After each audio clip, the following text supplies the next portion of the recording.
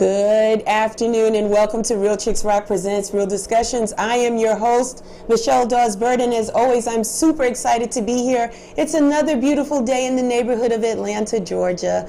Yes, I missed you guys. I think I was off for the first Sunday of the month because that was actually the 4th of July. It was a holiday, so I took the day off. I missed you guys. And you know, when I'm not in front of you every first and third Sunday, I get a little rusty. I get a little out of place. So I'm always glad to be back. Thank you so much for joining us this afternoon. We got a great conversation today. I can't wait to get into it. But before we get started in that, I just want to welcome all the new listeners, all the new followers. Thank you so much for joining us this afternoon. Let me give you a little background as to what Real Chicks Rock is all about. We're all about creatively collaborating and connecting to raise awareness regarding issues that impact women.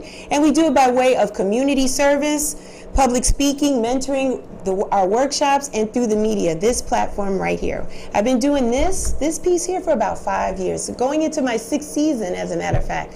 So this gives us an opportunity to talk about the issues and challenges that women may face, and we walk away with the empowerment piece, which is the tools, right? We talk about things and strategies and how to problem solve some of the things that we're facing.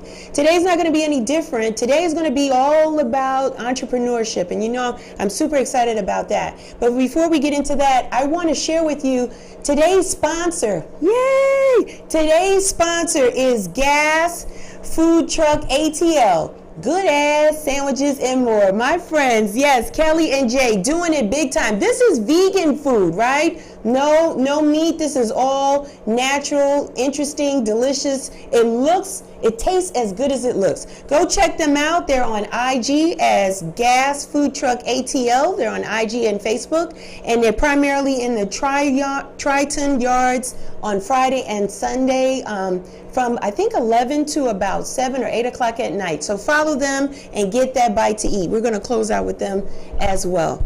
Today's guest, oh man, this is an honor because this is a pioneer person. This is a CEO and the president of her own cosmetic company from New York. We're going to get into all of that. I love her spirit, her personality. She's a beautiful person inside and out. Today's topic is Beauty is Her Name, and my guest today is Vera Moore. Hi, Vera. Hi, how are you? I am wonderful. How are you? Well, I'm terrific, and thank you so much for this opportunity. I'm ecstatic. Oh, yeah, I could tell. It's written all over your face. Let's jump right into it. I mentioned that you're from New York. Is that a true statement? Are you born and raised from New York City? Yes, I most certainly was, honey. I was born and raised in Corona, Queens. Wow, you're a Queens girl. Come on, girl. That's awesome. You still reside in New York, Vera? Yes, I'm in Long Island. It's still New York. You're still New York. Still New York. Yes. Tell me, Vera, a little bit about your neighborhood growing up in Queens or just in New York in general. Tell me, what was it like as a kid for you? Set the stage for us. Well, you know, I was born in a little town called Corona, Queens, and it was a poor neighborhood. My mother and father, we were a poor family. Matter of fact, you would say we were a poor family, but I didn't know we were poor. Okay. No, I didn't know because my mother always told us about yes, you can. Mm-hmm. You see, I didn't learn yes, you can in the last decade. Okay. We knew that. My mother was a domestic worker. Wow. She scrubbed floors. My father was a porter. Mm-hmm. He learned how to read from the Bible. But we were always taught we could do it no matter what. I had 5 brothers, right, 1 sister, so there was 7 of us. Mm-hmm. I went to public school, 143, 127. Yeah. And I remember, you know, Michelle, I didn't know I was poor until I got older. Really? I'm serious. Yeah. Because I never was hungry, thank God. Thank God for that. I never was hungry. Well, she was a domestic worker. We ate all the food that they brought home. I'm very serious about that. Yeah. Really. And I never wanted for clothes because my aunt worked in a factory. Very, very expensive materials in the factory. She'd bring all the scraps home and she'd make clothes. They didn't even need a pattern. They'd say, turn around, girl, let me make you something. So I guess I was wearing couture and I didn't even know when I was a child. Wow. So I always had clothes. I always had food. I remember going to school with a hole in my shoe. Really? Yeah, really. I remember going to school and my mother used to put cardboard in it. Wow, okay. And she would say to me, don't worry, you know, mommy's going to get you some shoes next week. And so it never really fazed me. I never went, oh, I got a hole in my shoe. No. My mother was going to get it for me the following week, my mom and my dad. And I just went and it just we were just raised that way. Right. We were always perceived. It's about perception and the mindset. And I was taught from the beginning, I belong, and yes, you can. Wow, wow, wow. So you had it before Obama had it. Yes, you can. Oh, Lord have mercy. Yes, I had yes, I can with my grandmother. That grandmother, girl, yeah, you can do it. Go ahead and do it. If you don't get it, you don't get it. Don't worry about it. Don't Try. worry. So Vera, help us to understand. Set us up some more. So how did you get on this track? I want to at least start with the acting piece, because I think that helps segue to what we see in you today. So how did you get the acting bug? How did that opportunity present itself?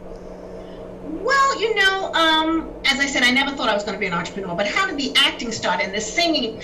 I grew up in the church. I grew up in a Christian family, and I sang in the choir. And Sunday school, church, go after church, go in the back and eat the chicken, come back and do, the whole thing. Right. And I always loved to sing. And anytime there was an opportunity to do anything, at high school, at junior, I'll do it. I was never afraid. Thank God for that.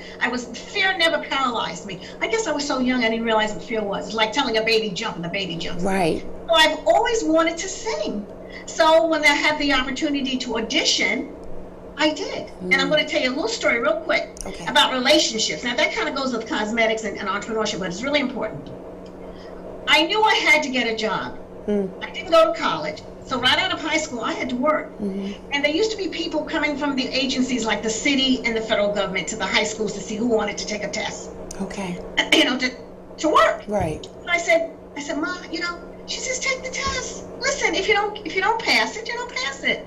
And I was taking stenography. I took stenography on purpose because I knew I could get a job with shorthand and typing. Right. So I always had a strategy. Yeah. Always had a plan. Yeah. So I took the test, fast forward, I got it. Worked for the federal government, and when I first got it, I was in a pool with a lot of people, like about 50, 60, up the whole floor. And I said, I don't want to be in this pool with all these people. I want to be upstairs with Michelle on the third floor with the lawyer. And see, up on the third floor, you had the lawyer and the secretary. Yeah. So my mother said, well, take the test. You don't get it, you don't get it. I took the test. Yeah. Got it. But what was so nice about it, this is entrepreneurship, and this is all so personal. I made a relationship with the lawyer. And I said, Mr. Greenberg, I really want to be in the theater.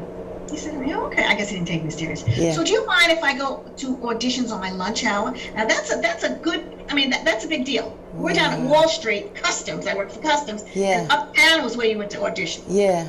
So the relationship was key. My strategy was on point. I knew what I wanted to do. Wow. I knew I had to work to save my money because my mother couldn't help me, so I can buy my music. Yeah. And I saved my money. So I would go to lunch. I would go to my auditions on my lunch hour. Yes. And I was late a lot. Because going up from Wall Street to Midtown, that's anybody that knows New York, it takes more than an hour. Yeah. But the relationship was, if he asked me to come in early, I would come in early. If I had to stay late, it was a win-win situation. And he didn't have to say yes. Right. He could have said no. But the relationship, being honest, having core values, and I used to eat on the train. And I would take my clothes, this is for entrepreneurs that want to be serious about business. Right. I take my clothes in a bag. When I get up to Midtown to audition, I change because you had to look appropriate for that. Right. Go back, change my clothes to go back to the law division. And I did that for 5 years, so patience is key. Just auditioning, and you were getting... Auditioning, keeping my job, yeah. Yeah. My whole goal was to stay there until I got a gig. Wow. But it takes time, and I had to do that because, you see, I wasn't in the union. My goal was to be on Broadway and to be in the union. Okay. So they call them cattle calls. Anybody that's in theater knows that you go to these big auditions because you're not in the union. So I did this, and my agent would say, "Can you get there at 2:30?" I said, "Oh no, maybe I can come a little later." But it worked out. My point was, if I hadn't had the relationship with my boss, Mr. Greenberg, I got to give him all the credit. How would I have auditioned? Right. Right. And I honed my skills at night. Right. So that's how I eventually got. I auditioned.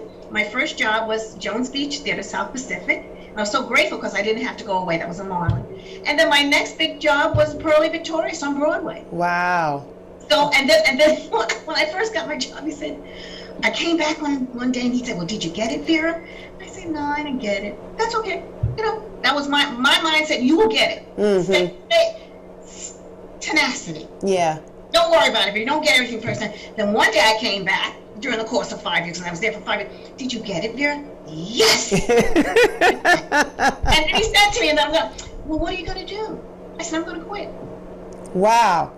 That's what he said in essence. You're going to quit a federal government job for 6 weeks vacation because summer stock was only 6 weeks. Yes. But I knew I could get my card, my equity card. Okay.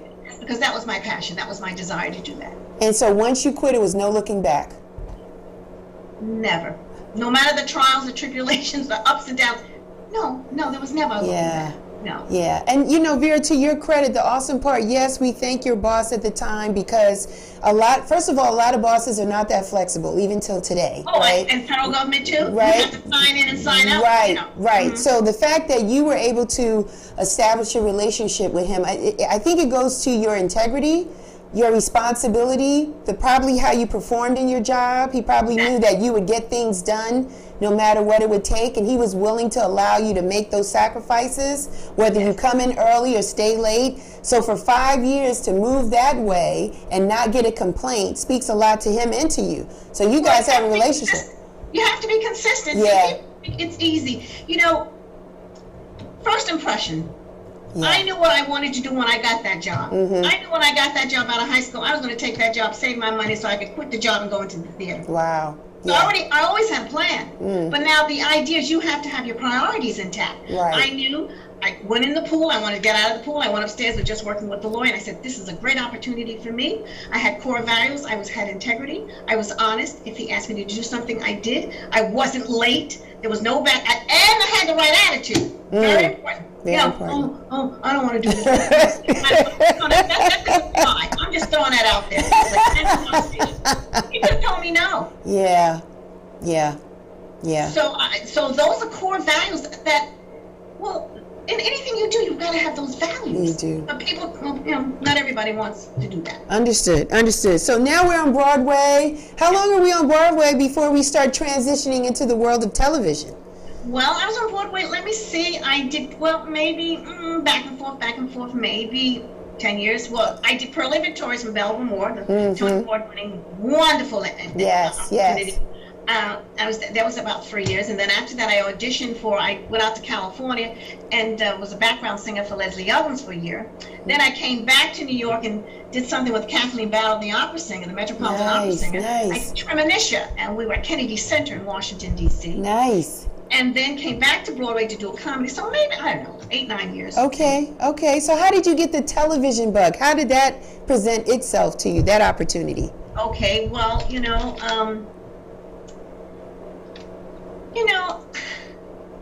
there always was a void in the market for quality product. Come on now. Now when you're on Broadway, it's bigger than life. Right. So they pile that stuff on your face. It's thick, it's heavy, it's greasy, it's oily. It doesn't matter. I mean, it really doesn't matter. You're in the balcony. You're in this big stage. They don't see.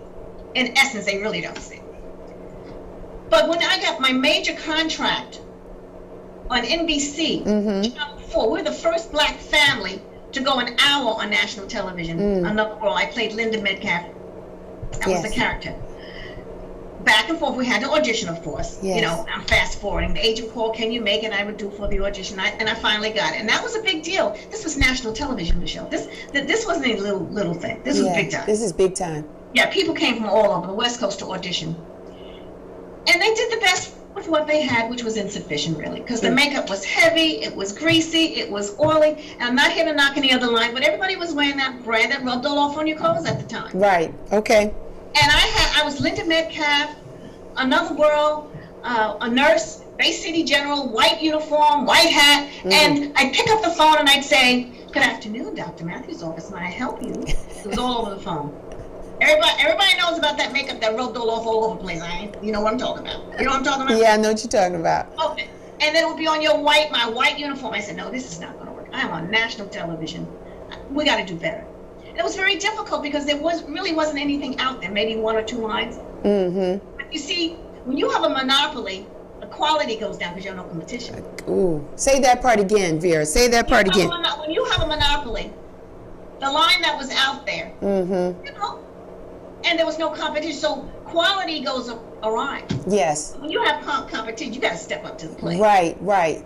So the quality, the product that they had out there that most black women, I'm not telling everybody because I don't want anybody calling me saying, Most black women were wearing it, and it was too heavy. It was too greasy. It was red. It was oily. It rubbed all off on your clothes. Now here I am on national television under those hot lights in the studio, and this stuff is all over my clothes. And that was the genesis of Vera Moore Cosmetics. Okay. To tap into that untapped market, the void, with a quality product. That's why I did it. Yeah. And how did you start that, Vera? How did you just started to make calls in the industry? How did you get that going? First being black and a female. I know there were challenges in that space. So how did you get it going? Well, you mean as far as getting the cosmetic company? Yes, yes. All right, well, you have to do your due diligence. You know, we did trade shows all over the United States. I mean, I did every show there was just to find out things. I know you've heard of the Bronner Brothers show. You've been Yes, everywhere. right. We did the Bronner Brothers shows for 15 years. Matter of fact, we did some of their things in their magazine, etc. So, and then we started interviewing chemists. Okay. And then we started going to manufacturers. It's not overnight. You know, there's no success overnight. I mean, you know, success is failing up to success. You know, failing your way to success, almost doing it. And then eventually, we tested it. You gotta test it. Right. My husband had a hair salon. My husband's a licensed esthetician cosmetologist. So I said, baby, you know, let me try this in the hair salon. I would try it on my friends, try it on people in the theater. They said, you know, Vera, this is nice. I like this. It's not like the other stuff. It's not red. Everybody looks red. It doesn't make me look, you know, we range from ivory to ebony, right? That is correct. I gotta put that out there. We range from black to blue black, or white to blue black. Right. So my thing was, I didn't like for the woman up now, we know we're God's bouquet of flowers, so let me make it clear. But for the pitch black woman, the woman of a darker hue, they always look gray. They look gray because it wasn't made, well, they weren't even thinking about us at that particular time. Right. But there was such an issue about the woman of a darker hue looking gray. I said, it's ridiculous. Right. That was another reason. And the discoloration, that was another reason. People weren't taking care of their skin. They didn't know about regimens, cleaning, toning, moisturizing. They had to break it down. It's like washing your hair. You rinse, you shampoo, rinse, and you condition, don't you? Why do I have to wear moisturizer? Why do you put moisturizer in your hair? Why do you do a leave-in conditioner? Why do you go underneath that dryer for hot oil treatment? Same thing with your skin. Come on, Vera. Help us. Well, and the same thing with getting your nails done. Yeah. Okay, you get your nails done. You gotta make it, keep it simple, stupid, so people can understand. Not that they're stupid, that's just, you know what I'm saying, kids. Right. You get a manicure, don't you get a base coat? Right. Okay, then after that, so that's your shampoo. Then after you get your base coat, she gives you the polish. Right. Right? Then she gives you a top coat. Yes, she does. That's your conditioner. Yeah. So why do I need it? Because that makes you have a regimen for people to understand the importance of taking care of their skin. And that's why our mantra was skincare was the foundation. Yeah. Makeup is an accessory. When you say to somebody, oh, you know, about your foundation, they immediately think of makeup. But your foundation is really your palette. How are you taking care of it? Do you know the difference? You know, are you dry, oily combination? This is why it's important for people to go to an esthetician or go to a skincare specialist or a dermatologist, or just listen. We learned from when we were kids. We didn't have no money to go to no esthetician. Right. Clean your face. What? You do not go to bed with makeup on your skin at night. Right. Or anything on your skin. No, well.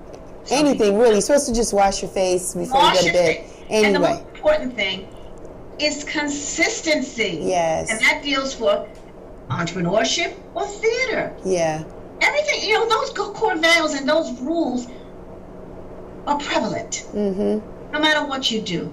Consistency, you know, and I'll tell you, one of my biggest challenges in the makeup was getting into Green Acres Mall. I don't know if you knew that about Green Acres Mall. We integrated with Green Acres Mall. We're the first black in the history of Green Acres Mall. That was the biggest challenge that I've had in my industry. Wow. Why was They never had a black tenant. Why was it so difficult? Why? Okay, Green Acres Mall was a very prestigious mall on Long Island. This wasn't any rinky-dink mall on the third floor. No. This was a prestigious mall on Long Island, and we were in Hillside Avenue. You know, the hair salon. I said, I heard, because I grew up in Laurelton. After Corona, we went to Laurelton. I said, you know, they're opening up Green Acres Mall. They're making a second floor. I need to be in that mall. Okay. And people said, Vera, come on, you know ain't no black people in Green Acres Mall. They don't have no black people in that mall. That was true. I said to Mom, Hey, Mom, you know what? My husband, I have the best husband in the world. I mean, they broke the mold. There's no more husbands out there like mine. Okay. I can talk about my husband, okay? I can brag on my Thank you. husband. Thank you, husband. He Thank called you. me today. Good morning. Hi, husband. And even before that, my father was the best father in the world. Great, great, great. All right, so I said to my mom, I mean, she's a praying woman, you know. I said, you know what? I think I'm going to try to get into Greenacres Mall. She said, oh, go ahead. Yeah. Try it. That's Mom.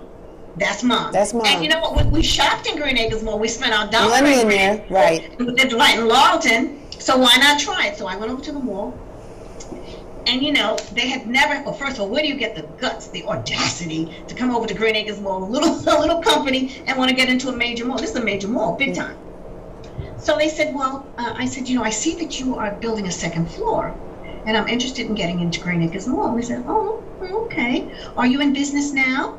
Do you have a, I said, yes, I was. We were in a hair salon. Mm-hmm. I didn't have time. I was on a hair salon on Hillside Avenue. I Right. was. We Right. had a business. Right. So I said, yes, I have a business. We're in Hillside Avenue. And he says, okay. So back and forth, back and forth. Eventually I said, okay, we're gonna bring you in the mall, and we're gonna put you. I wanted the first floor. I always go for the best. I always go for the best. So I wanted the first floor. So fast forward, it took about 2.5 years, and during that course of time, the rules changed. They changed management. Now, you know, somehow the rules always change when it comes to black folks. I wasn't hearing it. They said, well, Vera, you know, we change management, and maybe we can revisit this opportunity in a year or so. Now, when you hear that, that means you're not coming back in. Yeah. I said, no. We have to do better than that. Mm. So I said, well, what's on the second floor? He said, well, you asked for the first floor. I said, I know I did, but you said there's no more room on the first floor. Well, there's nothing on the second floor because these are major stores, like big stores. Right. I said, well, let me go, and also the food court. So I said, well, let me go see.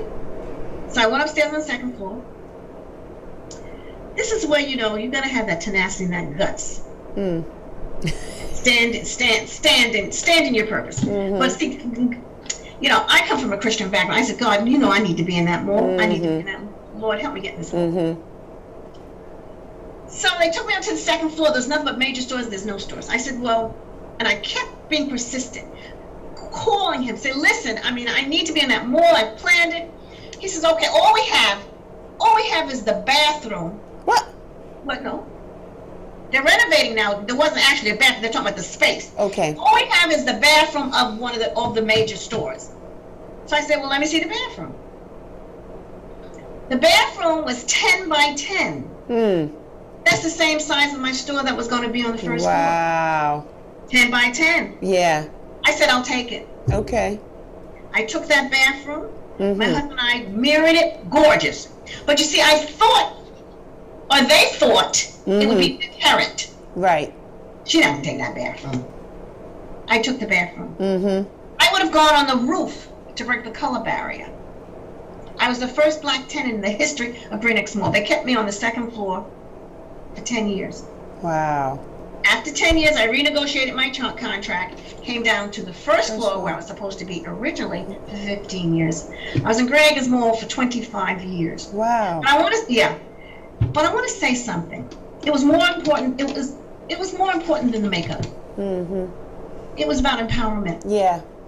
Because now, I always say this, if the shoe doesn't fit, don't wear it. Mm-hmm. If this doesn't apply to you, don't beat us up. We had such self-esteem, low self-esteem about who we were. Mm-hmm. Some women, some black women, Mm-hmm. oh, my lips are too big, my butt's too big, my hair's too nappy, whatever. This is what I found out when I got in Greenacres Mall. Mm. Oh, I'm too dark. Vera, do you have something for me? I'm too dark. Mm.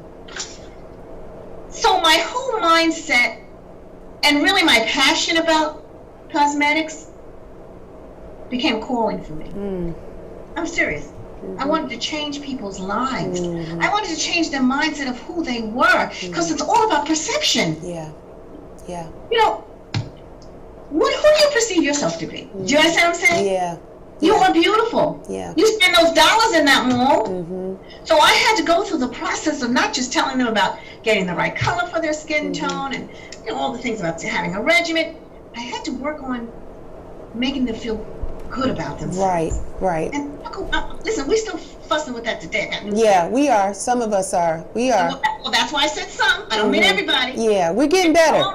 Huh? We've gotten better, Vera, and it's people like yourself that's helping, because sometimes we need outside influences. Sometimes we hear these things within our own home, within our own community, our friends, families, things like that speak ill things over us, to say you're not this, you're not that. Especially in our looks, your hair is this, your skin is that, you're shaped this way. And it's not until we get into spaces where we surround ourselves with other people, right, that are free and know that they're beautiful, first of all, right? And then they're able to speak that into other people, like yourself. So you being a leader, a business person, an entrepreneur, a woman with your experience, you're able to pour back into your community. So these people are not just your customers, they start to become your village. Am I right? Absolutely. It takes a village. And people have to understand beauty's internal. Yes. Yes. It has nothing, listen, it has nothing with how you look in the lipstick and powder. No. You have to feel, just like, here I go again. I had that hole in my shoe, but my mother's going to buy me shoes next week. You understand what I'm saying? Yes, yes. I was blessed with parents like that taught me that. Right. I never thought that I couldn't. So I don't know anything else but to say that, listen, kids used to come to Green Acres Mall in the summer. Here I go again. Guys would come with the pants hanging down. I said, listen, who's going to, like that, pull those pants up. This is true. This is what I did. Yeah. Girls would come to the mall. I said, you need to zip up that blouse. You're not going to get hired like that, because they were looking for someone. These are young kids. Now, maybe they didn't have a family life for someone to tell them. I don't know. Or maybe the mother had to go to work and they got dressed, didn't tell. So this is why I'm so glad that God put me in that position. And that's the way you talk to people. Come on, here, girl. Yeah. Look out, pretty girl. Come on, fix that blouse. And if you don't have a blouse, I'm going to buy you one. It's the way you speak to people. Yeah. You know what I'm saying? Yeah. Why I used to hire the interns and say, no, that's not the way you answer the phone. You say, good morning, this is Vera. May I help you? I knew I wanted to transform these young girls' lives. And these guys. I even did things at Rikers Island, a prison. You know, the young ladies that were in there getting 6 months to come out, I'd go and speak to them. And I would say something, and I always, you have to, this is personal now. I always prayed on the Lord, Lord, tell me what to say. Season my words with grace so I'll say the right thing to connect with them. You know what I said to them? I said, let me tell you something. You're no different from anybody else, only you got caught. Right. That did it. Right. Right. And some of the other things that I shared. Yeah. So I think being an example and following through with people. Call, how you doing? And when you see the girl, you look good. Next time you see that young lady in the mall, boy, don't you look pretty? Yeah. You understand what I'm saying? Yes. It encourages them. And even people that got out of prison, they came by my booth in Green Acres. Well, you don't remember me, Miss Moore, but you can. And I didn't remember everybody because I looked at. But I said, well, I'm so. Do you know what it made me feel for them to come by and say that to me? Right. And my whole thing is empowerment. To know that this, yes, I can, you're more than enough. Okay, but they were always more than enough before it became a trend. Right. And I hope it's not just a trend. This, we're going to give you this percentage to get in here and this and this. It's good. I'm not knocking it. Right. But I hope it's not a trend. And they really see the value of the beautiful black woman and woman of color. I always saw this flood of brands doing all this. I knew this when I was a child. Right. But this is why I talk to young girls. This is when I go and I speak about this. You're beautiful. Look what we bring to. We're so talented. You're very talented. We're very talented. I can go on and on. You got to stop me. Okay? Vera, let me ask you, how has being a coveted motivational speaker changed your life? I can feel the passion coming through. But I just wanted to ask you, how did you make that transition? I mean, you're doing it on the community level, but you've spoken on the stages of Essence and other prestigious places. How did that come about, and how does that make you feel? Well, it came about because I am a speaker, and I've done soap opera, I've done Broadway, so, you meet people. Okay. And I network, and networking is key. And I can't network with everybody. You have to have select network, I'm just telling you. That's a whole nother subject.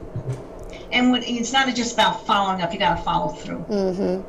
I think the motivational speaking and helping people and being on the board, I think it's all one. You know what I'm saying? Mm-hmm. It's not just I don't just want to motivate people. I just don't want to inspire people. Okay. I want to transform them. Okay. I want to transform them. Mm-hmm. Transformation. I want them really, because look, you can hear somebody speaking and say, oh my God, she was fabulous. Then you don't follow through. Right. Has it really changed you? Mm-hmm. Mm-hmm. So all of this is all good. I mean, I love it all. But I've always wanted to help. It's just part of my DNA. You know, I've always wanted to say, you know, do you need anything? Can I help you? You know. And that's what I've done. And I think by seeing people that you did it, and my background. I didn't come from, my mother's a domestic worker, honey. She scrubbed floors. Mm-hmm. My father was a porter. Mm-hmm. I didn't go to college. I went to high school and then I got a job. Yeah. We graduated in June. I think I was working right after July 4th. To let them people know, anybody can do it if you make up your mind. You have to decide what you want to be. Mm. You can do it. It's not easy. It's not easy. A lot of challenges out there. You know, it doesn't happen overnight. This is what I'm saying. Even when I was working, it took 5 years. 5 years back and forth on the train, eating frankfurters from chocolate nuts. Yeah, I remember chocolate nuts. That's true. I didn't have any money. I remember chocolate nuts. I remember chocolate nuts. Let me tell you something. That was always on a corner somewhere. I had chock full nuts, frankfurter, Yeah. the orange drink. Yes, the orange drink. Unless I brought my sandwich, but I'm just showing you. Yeah. But I still kept my joy. Yeah. I kept my joy. Well, I kept my joy because God is my joy. So Vera, that is what we're hustlers today. So when we or we multitask, we're doing multiple things at one time, Right. trying to get it all done. Checking the boxes, trying to be here, trying to be there, making the phone calls, because again, there's something in us that we're trying to get out of us. I want to talk to you a little bit about you. I think it's excellent that you just don't want to speak. You want to help transform lives. Right. So tell me a little bit, what would you say to someone to help in the transformation process? I think you touched on some things before, but give us a little bit. Well, first of all, before you try to transform them, do they believe in themselves? It's all about, it's all starts with the mind. Gotcha. You can't listen, it's like legislation, laws passed and making people not hate people. Mm-hmm. No law keeps them from hating you, right? Mm-hmm. It has to be your heart. Right, right. But that's what I feel. My thing is, we hope that by seeing people in positions that they never thought you would see them in, and those particular people taking the time out to speak to you, Mm-hmm. to mentor you, to sponsor you, then you see, oh my God, Vera did it. I can do it Me too. too. Not only can you do it, you can do it better. Mm-hmm. Because I'm the trailblazer paving the way for you. Mm-hmm. Mm-hmm. So I think this transformation of people, they have to see it. It has to be by example. You have to take time. You have to have patience. And it's not about money. Mm. You know, I didn't get any money when I went to prison to talk to those ladies. Yeah, right. I don't get any money when I go to high school to talk to those girls. Right. I don't get money when I went to the unwed mother's home. Do you understand? I'm just Yeah. like, you understand what I'm saying? Yeah. You have to really want to do this. And it is a calling on me because I grew up in a very poor neighborhood. Mm-hmm. Not everybody had parents, and I'm just so grateful Mm-hmm. that I had parents that encouraged me. Mm-hmm. So it behooves me to do the same thing. Mm-hmm. Mm-hmm. How could I not? Right. I came from the same background as somebody else, but I had good parents that encouraged me in arts. Mm-hmm. That said, Vera, go ahead, you can do it. Mm-hmm. Don't be afraid. Don't be afraid to go to Grand Acres Mall because you're only going to be the black one in, first black one in. Don't be afraid to do Another World on First Black Film. Mm-hmm. And even Dwayne Reed, I was in Dwayne Reed Walgreens. We're the first black vendor in Walgreens, not in the whole store. Nice. We had a section called the Look Boutique. It was like a Sephora. Nice. Yeah, we were the first black. So, I mean, listen. Now that's nice. That's nice too, Vera. That's good. Yeah. And let me translate. So Dwayne Reed, and what was the other one? Dwayne Reed, and was it Lampson's? Dwayne Reed, we got an opportunity to go into Dwayne Reed. I was in Macy's first. Okay. And see, I'm talking about ups and downs. We're in Macy's for a year, and we still didn't get it in there permanently. But Wow. I learned so much. So don't despise the little things. Right. Don't get discouraged when you don't get what you want to get. Because maybe it wasn't time for me to get it. But Macy's prepared me for big mass market like there Dwayne you. Reed. Right. So Dwayne Reed, for the listeners that are listening in, because Dwayne Reed is not everywhere. Dwayne Reed is today's Walgreens. Yeah, Walgreens Is today's and and CVS. So where you go into these beautiful pharmacy type stores that have a wonderful cosmetic section, like a long aisle of beautiful assortment of cosmetics. Vera had an opportunity to be there through Dwayne Reed, which is huge in New York, because there's almost a Dwayne Reed almost every couple of blocks. There was a Dwayne Reed. So yeah, so you had great exposure up there for seriously. No, that was a blessing. Wow. On every matter of fact, there are too many Dwayne Reeds. One on one block, one on and one in between. Yeah. Well, we were in about 30 stores in New York, and Nice. then Walgreens acquired Dwayne Reed. Yes, that's And then correct. we went national. We were in Hawaii, Yeah. Puerto Rico, Las Vegas, etc. So then we were about 56 stores. But as I said, it wasn't like you see, like you were saying about certain cosmetic sections within the store. We were in, they were called the look boutique. They were the upscale kind of thing. We weren't in mass market. So it was a wonderful opportunity. Madison Avenue, Fifth Avenue Park. It was just great. It was just, it was just a blessing. But you still have to do your work. You have to do the work. You still have to do. I mean, they didn't just call me to Dwayne Reed just because, whatever. Right. You had to have the interview and do work. Yeah. They didn't call you just because you were a female. They didn't call you just because you were black. They called you in there because you could do the work. Your business value. And you have to add value. add value, and your business model was working. They know it. You have numbers to prove it, right? You have the sales to show it. It was working, and so diversity. They were trying to, and not trying. They did it. They did. They did. Diversity and inclusion. Isn't that wonderful? So now, Excellent. so Vera, you're on the board of New York Chamber of Commerce. Are you still on the board over there? I am on the board. Yes. So are you? What is your position? Are you helping them realize about the small business model in New York? That's their mission. Yeah. That's the mission of the board, to help small business get access to capital. Right. And also to educate them, because a lot of small businesses, not all small business, I always preface it by saying this. Right. There's so many things that they need to know. About ownership, getting certified in WBE, so that maybe they can bid for something, or getting their logo. Trademarking that. Right. Getting a good accountant. Now, you don't have to go outside and get a big accountant. A bookkeeper. Do you have a bookkeeper? Right. Just what you cost, how you spend, did you make any money? Right. Just basic things. So we hold hands. We really want to help the store, because they have the desire. They just need the knowledge. They need the help. And once you get the knowledge, and once you get the knowledge and the help and show you how to do this, then you get introduced to a mentor to help you, or a sponsor to, and then, you try things. But listen, I tell everybody, entrepreneurship is not like catching a cold. You can't catch it. You cannot catch it. Listen, we just can't, right? You cannot catch it. You have to be serious about this. It is not easy. Do you think every time I went, listen, first of all, did I tell you how I got into Green Acres Mall? No. I mortgaged my home. Should I repeat it? No, say that again. You mortgaged your home to get into Green Acres Mall. Yes, because it cost a lot of money. It cost a lot of money. Yes, it did. Well, at that time, it was a lot of money. Yeah, because the kiosk had to be built. You see, I wanted a kiosk. A kiosk it's not a cart. Now, a cart is you can change different places. One Saturday, you could be in front of Macy's. One other Saturday, you could be in front of Bloomingdale's. No. I didn't want that. I wanted a stationary section. It's called a kiosk, so it had to be built. Right. Because when you come into the mall, I didn't want you to say, oh, where is Vera? Is she in front of Macy's? Oh, is she in front of Bloomingdale's? No. I want, Vera's over there. That's where she is. And you pay for that. Right. So I didn't have any money. Yeah. But that's called sacrifice. That's called, how bad do you want it? How bad do you want it?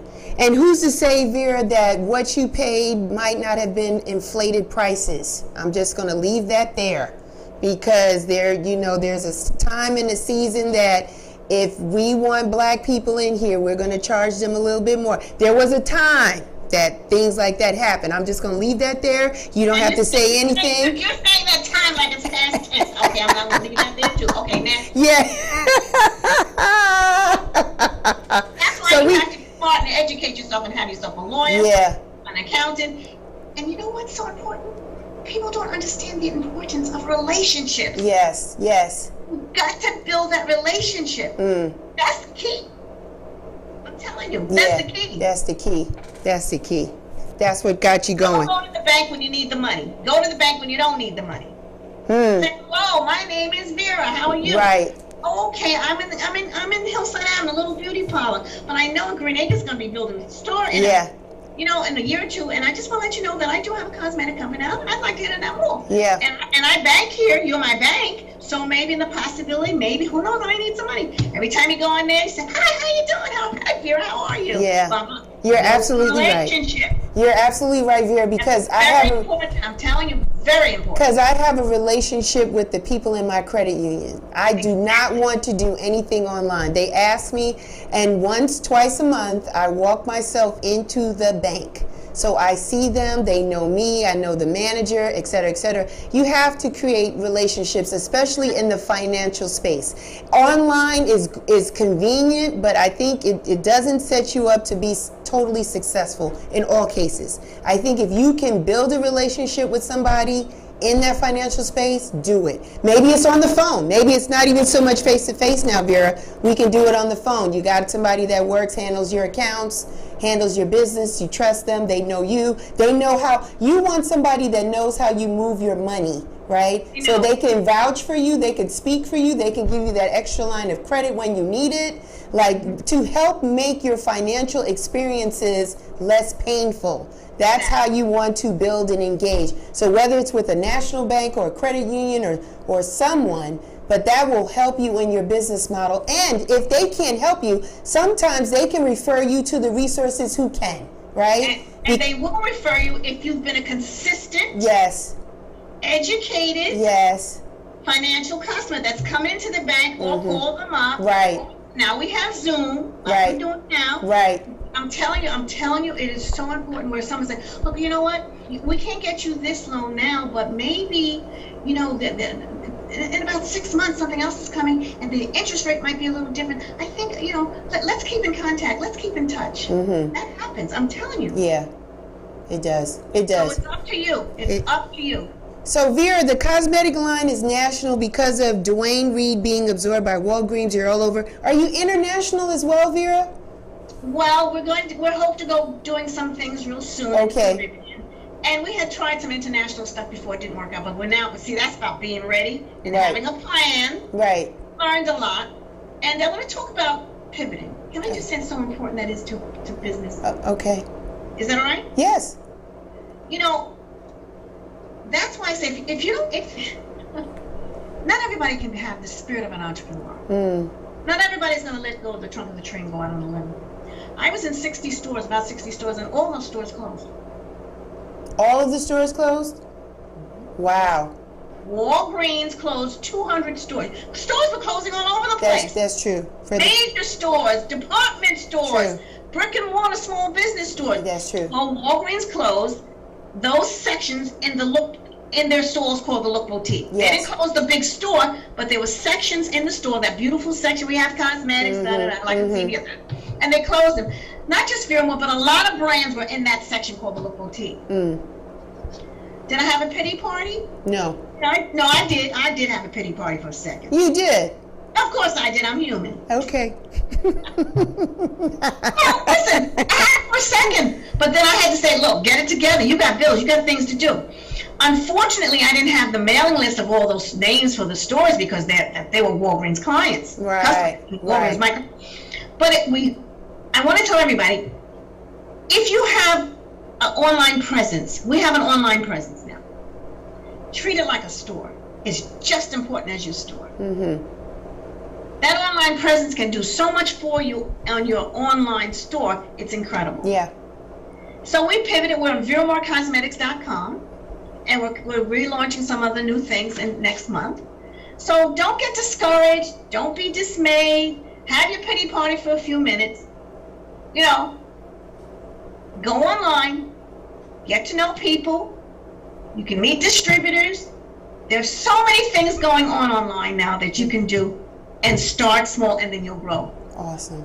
Don't think, listen, things happen. Yeah. But that's what entrepreneurship is about, a risk. Yeah. There's no guarantee in entrepreneurship.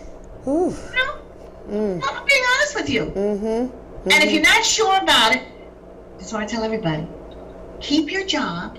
Work for a company that in the company, work for a company that does what you want to go into. Right. Be a sponge, learn everything you know about. That's smart. And I want to tell you something. When you do that, work for that company like you own the company. Right. Don't go on the company. Well, I'm just here working in here because I'm just trying to get some information how to open up my store next year. Don't do that. Have integrity. Work for the company like you own it. Be on time. What can I do for you? Where do you want me to go? Do you want me to do this? How do you do this? Do I have to stay a little late? Work for that company so when you leave that company, you're ready. Yeah. That's the advice I'm telling you. Yeah. But people don't, they don't understand the importance of relationships. And it's such a key word. It gives you the resilience that you need. Yeah. You get sponsorship like that. Right.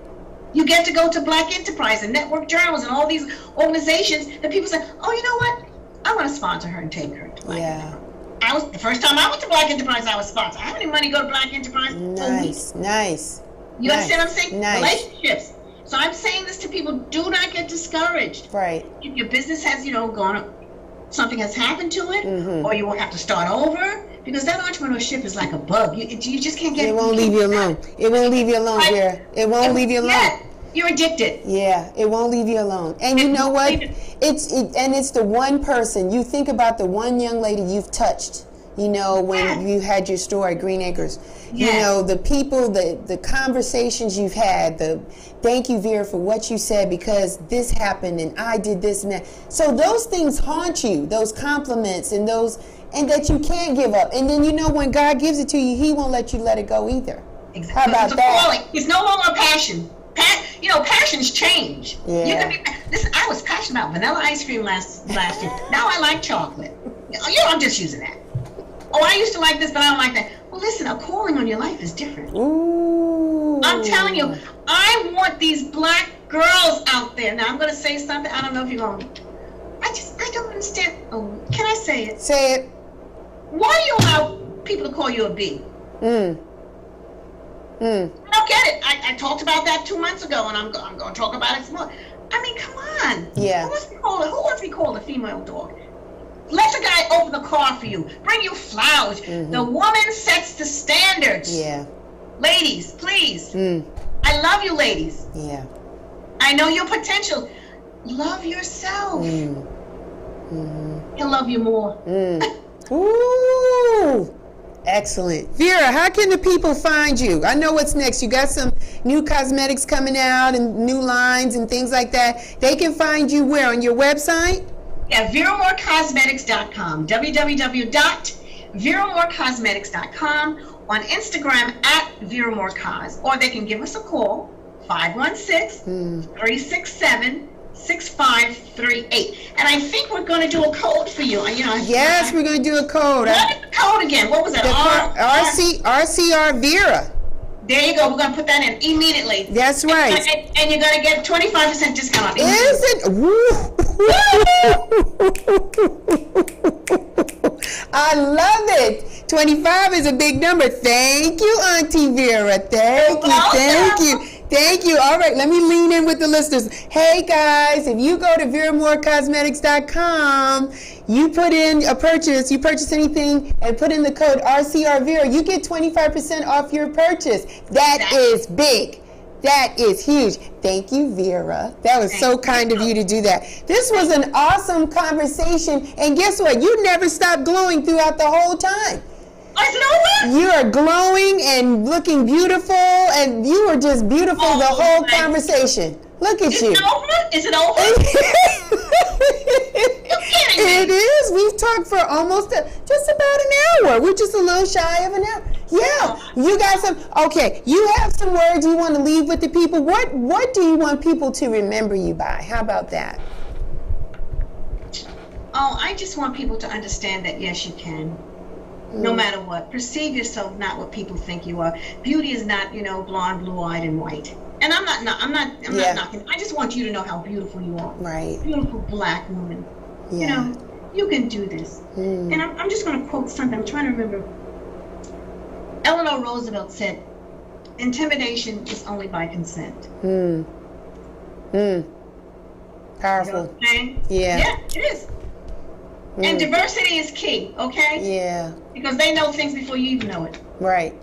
We got to catch up. We got to know our worth and our power. Yeah, your value. We're very powerful women. We are very powerful women.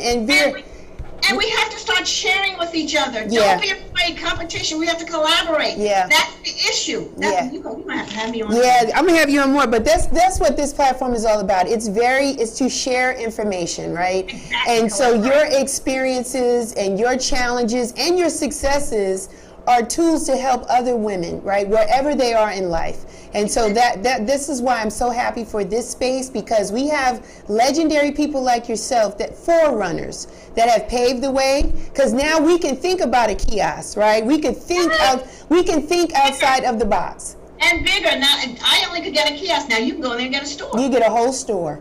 And there you go. You get a whole store. Because Auntie Vera has laid down the foundation, right? It's all about relationships and integrity and knowing your core and your passion, right? And constantly, my whole thing was to break a barrier, to level the playing field. I always wanted to do that. Yeah. And I did. You did. I'm so happy. You did. So now that somebody has to break it, somebody has to start it. Yeah. And now you guys can go forward and do it even better and bigger. Yeah. We're going to carry the torch. A lot of us, Auntie Vera, we are recognizing our worth, right? Yeah. We are doing the work, right? Oh, wow. We are forgiving ourselves for past mistakes or things or offenses that have happened to us, and we are loving ourselves, right? And that's in our self-care, what we take in, what we listen to, who we surround ourselves with. We do the whole thing. So we are starting to do the work, and we're glowing, we're radiating, we're getting in spaces, we're unapologetic. Absolutely. Right? And we believe and we know that when we're invited to the table, that's where we're supposed to be. Okay? Yeah. So thank you. You belong there. Thank you. And look at you. What's your first black vice president? Yes. Look at that. I know. Auntie Vera, tell the people again, website, IG, and phone number. Give it to us. Our website is www.veramorecosmetics.com. Nice. Our Instagram is @VeraMoreCos. Nice. The telephone number is 516-367-6538. And if anyone that's listening, if you go and you purchase cosmetics today or any other day, and you use the promo code RCR Vera, you'll get 25% off your purchase. That's correct. So go ahead and get that. Vera Moore, I enjoyed you, and I am going to bring you back because I like you. I like your spirit, your passion, what you have to offer. You can help me and other people in this thing called entrepreneurialism. So thank you so much for today. Thank you. For having me. I appreciate it. Thank you. And be safe. I will, and you too. I want to go back to today's sponsor. Today's sponsor is Gas Food Truck ATL. You can find them on IG and on Facebook. They are at Triton Yards every Friday and Sunday. They are a food truck with vegan options. The food is amazing, right? So as it look is the way it looks is the way it tastes. It is delicious. I am a customer and a friend of theirs, and I'm honored that they are sponsoring today's show. Again, that's Gas Food Truck ATL. You can find them on IG and on Facebook. They are out and about at Triton Yards. That's off Sylvan Road, just to give people a sense of where that is. Sylvan Road in Atlanta. They're there Friday and Sunday, roughly around 11 to get you for lunch, and they're there till about 8 o'clock for your dinner. So go and check them out. So what we got going on for Real Chicks Rock? You know it's that time of year. It's time to plug back into school. Yes, the babies are going back to school. Yeah, I know. Having them home virtually is coming to an end. My child will be going into the building, a brick and mortar building, and guess what? Kids need school supplies. You know it. They need pens, they need paper, they need folders, book bags. Listen, we're doing a back to school drive. It's going to be July 31st on Saturday. We're starting it at 1 p.m. Check it out. Listen, it's an old stomping ground for me. It's at Urban Ground Coffee Shop. You guys remember we used to do our our little monthlies over there where we networked and had a good time. Shouts out to Cassandra, who's allowed us to come back to be a drop-off location. Come check us out on Saturday, July 31st from 1 to 5. Bring your donations. You know you do. When you go and you shop for your kid, you pick up one, pick up another one. Instead of 1 pack of pens, pick up 2 and bring that second pack to me on Saturday on the 31st. We're going to donate it to parents and families in need that need these supplies, because the pandemic, you think it was hard on you, it was hard on some other people. And we want to make sure that their kids are straight and secure and going to school with the supplies that they need. Join us. It's Dignify a Diva and myself. Oh, I can't. I'd be remiss to say. We are collaborating together. Shouts out to Dignify a Diva, who's been doing some tremendous work in the community in helping women just retain their dignity. What they're all about is putting toiletries in a purse. And so instead of giving to ladies in a plastic bag, it's all about giving it to them in a purse. I love what they've been doing. Thank you, Idalia, for partnering with me on this back to school drive. We will be together shoulder to shoulder on Saturday, July 31st at 1 p.m. at Urban Grind. So we look to see you there. The other thing I want to plug out, yes, you know, come on, you know what it is. I love the music and the music loves me. I'm honored to be a part of this. The Rooftop Soul series, yes. Come check out Algebra on Friday, August 20th. Hot Ice Live presents, yes, the Rooftop Soul series. Yes, this is going to be the first of many. The location is so sexy, so nice. We're going to have food. It's a full bar. You know, Algebra is a beautiful songstress. She's beautiful. The way she sings, just how she performs, her interaction with her audience is going to be awesome. The DJ for the night is my friend Rev Lee. He's really good. So come on out. Tickets are on sale. You want to get them because you want to come out. You've been in the house way too long. You need to come out. Rooftop, open atmosphere, great people, sexy vibe, good music. Come on and have a good time. So yes, I've covered a lot. You know me, Real Chicks Rock. I am everywhere. I'm on Instagram. I'm on Facebook. Check us out on our website, realchicksrock.com. Yeah, don't forget me there. And as I say when I close out, this is just my little tribute to the godfather of radio, Mr. Frankie Crocker. He used to say, may you live to be 100, and I live to be 100 minus a day, so that I never have to know that beautiful people like yourself had passed away. Thank you so much, Frankie Crocker. Thank you all for tuning in. Until next time, be well, take